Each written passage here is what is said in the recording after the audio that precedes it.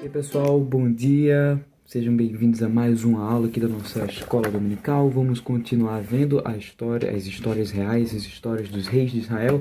A gente vem acompanhando a história do rei Davi. A gente viu aqui todo o passo a passo e como Deus escolheu ele, como ele foi ungido rei de Israel. A gente viu a história dele enfrentando o gigante Golias.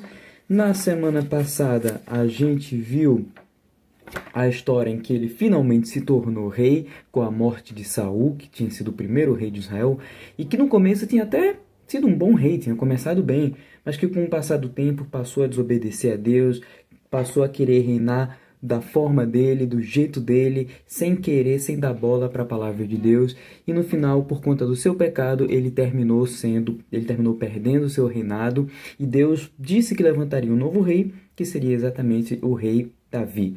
Seria Davi o próximo rei. E aí a gente viu todos aqueles episódios em que Saul perseguiu Davi, tentou matar Davi. A gente chegou a ver o episódio em que Davi teve durante 2 vezes a oportunidade de matar Saul, mas ele não fez isso. Ele decidiu esperar e, no momento certo, finalmente Saul foi morto em campo de batalha juntamente com seu filho Jonatas, melhor amigo de Davi, e aí enfim Davi se tornou o rei de Israel. E aí a gente vai ver uma história de hoje, depois dessa grande conquista de Davi, que é um pouco diferente das histórias que a gente vem vendo até agora. Nas histórias que a gente vem vendo, a gente viu como Davi foi obediente a Deus, como Davi era muito corajoso, estava sempre lá disposto a fazer o que tinha que fazer, mesmo que estivesse correndo perigo de vida, ele sempre se manteve fiel ao Senhor. E aí, na história de hoje, a gente vai ver que Davi, ele nem sempre era assim. Às vezes ele cometia erros, e ele cometeu um erro muito grande, ele cometeu um grande pecado. E aí a gente chega na nossa lição de hoje, que vai tratar acerca desse grande pecado de Davi, é a lição 10, que diz a derrota do rei Davi.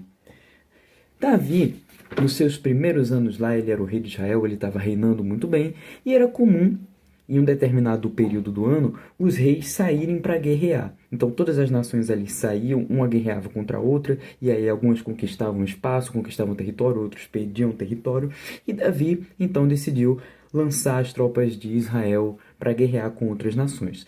E normalmente, quando isso acontecia, os reis eles iam junto com os exércitos, não é? Eles não simplesmente mandavam os exércitos, eles mandavam o exército e iam junto com o exército para liderar as campanhas de guerra. Mas Davi ele mandou o exército e, ao invés de ir junto com o exército, ele decidiu ficar na sua casa, no seu palácio real, na cidade de Jerusalém. Já começou meio errado, mas foi o que ele decidiu fazer. E aí, Davi, um dia, uma bela tarde, estava lá caminhando pelo seu terraço do seu palácio e ele viu uma mulher tomando banho. E ele viu aquilo ali, ele se admirou porque aquela mulher era muito bonita, ela tinha um nome meio estranho, que era Betseba, e ele rapidamente quis conhecer aquela mulher. Só que o que ele não sabia é que essa mulher, ela era casada com um soldado chamado Urias, que fazia parte do exército de Davi.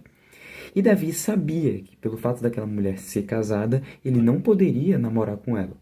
É um dos 10 mandamentos, né? Não adulterarás. Mas Davi, ele não quis saber. Ele chamou os servos dele e mandou os servos dele chamarem Betseba junto para o palácio. E ela foi lá e eles namoraram. E aí, depois de um tempo, aquela mulher, Betseba, chegou para Davi e mandou dizer, aliás, ela mandou dizer para Davi que ela estava grávida, ou seja, ela estava esperando um bebê, e o pai desse bebê era ninguém mais, ninguém menos do que o próprio Davi. E Davi, ele ficou muito assustado, porque ele não queria que as pessoas descobrissem que ele tinha feito isso, que ele tinha cometido esse pecado de adultério.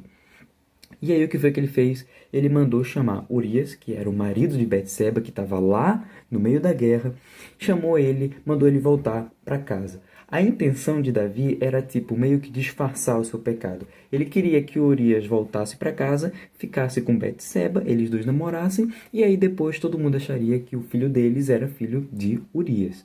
Só que Urias foi lá e ele não quis ficar junto com Betseba. Na verdade, ele passou um tempo dormindo na rua, tipo, dormindo na frente do palácio. Ele não quis ir para casa para ficar com Betseba. E aí, por conta disso, ninguém iria acreditar que aquele filho, que aquele bebezinho que ela estava esperando, era de Urias.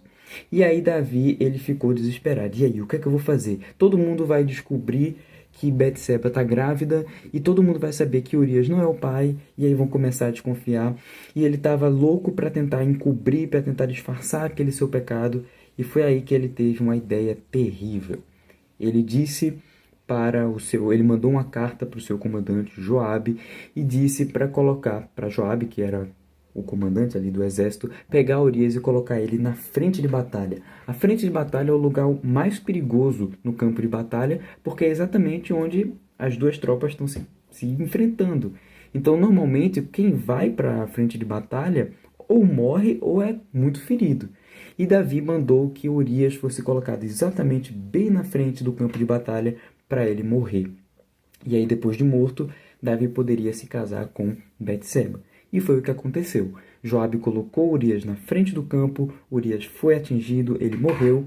E aí, depois de um tempo, Betseba, que era viúva, ela se tornou mulher de Davi. Davi se casou com ela. E aí, como é que fica essa história? Bom, acontece que depois de um tempo, Deus levantou um profeta. Fazia um tempo que Deus não falava com Davi através de profetas. O último profeta tinha sido o profeta Samuel. Mas Deus levantou um outro profeta, que era o profeta Natã. E ele chegou para Natã e disse e revelou a Natã todo o pecado de Davi, como ele tinha adulterado com Betseba, como ele tinha mandado matar Urias para poder encobrir o seu pecado.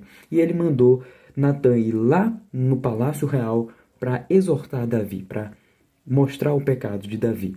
Mostrar que Deus sabia de tudo aquilo que ele tinha feito. Mesmo que ele tivesse tentado encobrir tudo, Deus sabia exatamente o que ele tinha feito. E aí Natan chegou lá para Davi e contou uma história.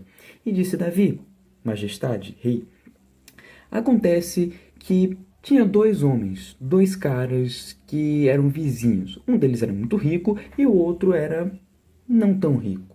Um outro, na verdade, ele era até um pouco pobre.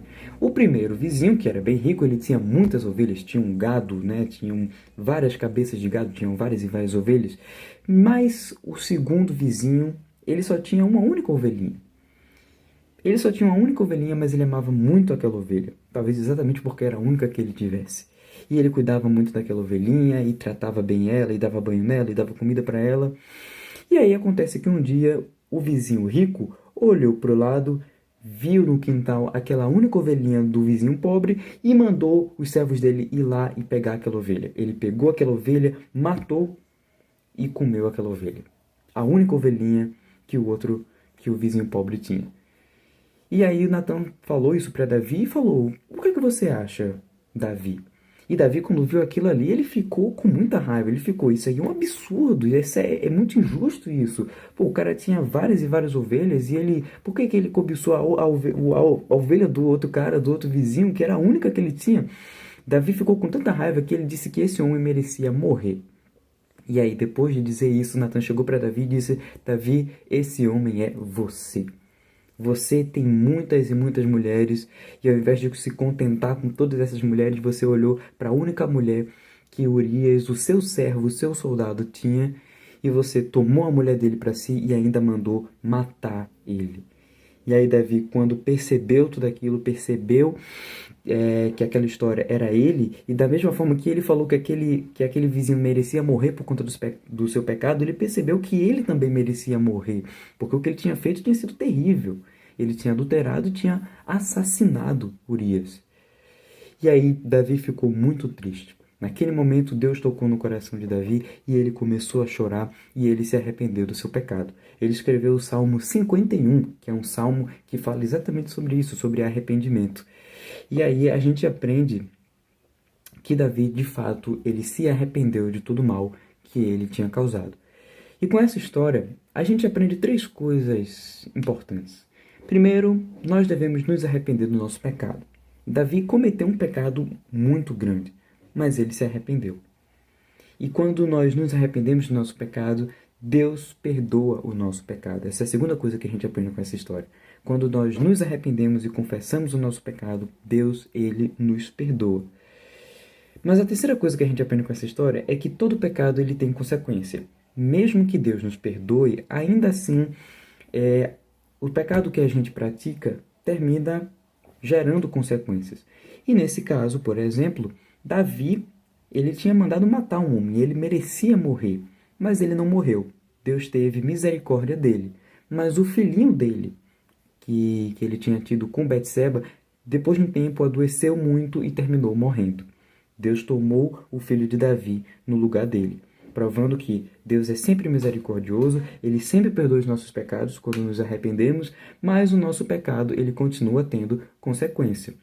Então, nós devemos nos arrepender, Deus nos perdoa, mas devemos sempre ter consciência de que o nosso pecado traz consequência.